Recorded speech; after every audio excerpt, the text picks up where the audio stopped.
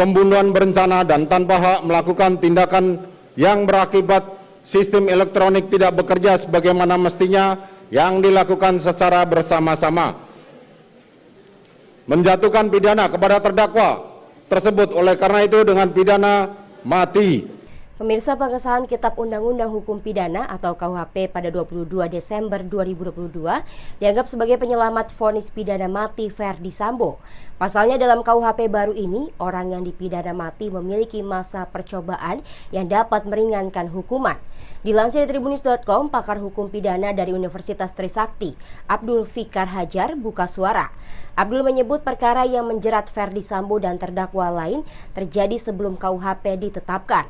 Dengan begitu, ketetapan yang ada di dalam KUHP baru tersebut tidak dapat diterapkan dalam kasus ini.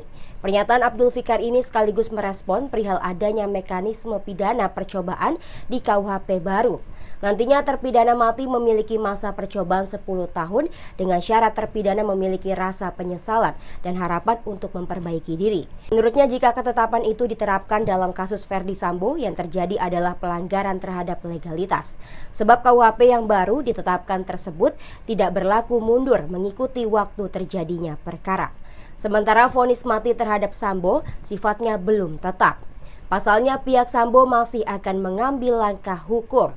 Selain itu, meskipun KUHP telah disahkan pada Desember 2022 lalu, namun berlakunya masih tahun 2026. Terkait the living law atau hukum yang hidup dalam masyarakat, fraksi-fraksi di DPR meminta agar ada peraturan pemerintah yang memberi pedoman untuk penyusunan perda terkait dengan the living law itu. Kemudian yang kedua, suatu perkembangan yang sangat berarti bagi HAM, yaitu terkait pidana mati.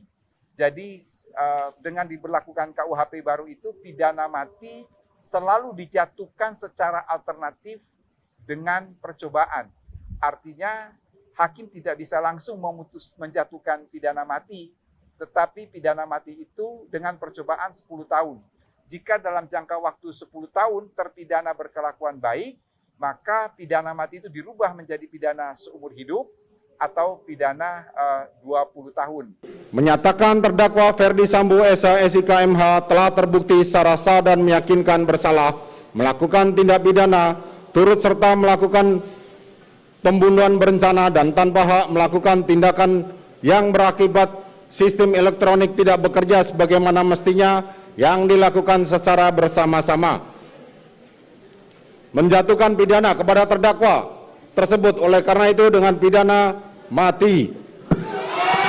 Demikian informasi kali ini, nantikan perkembangan informasi lainnya hanya di Warta Kota Live.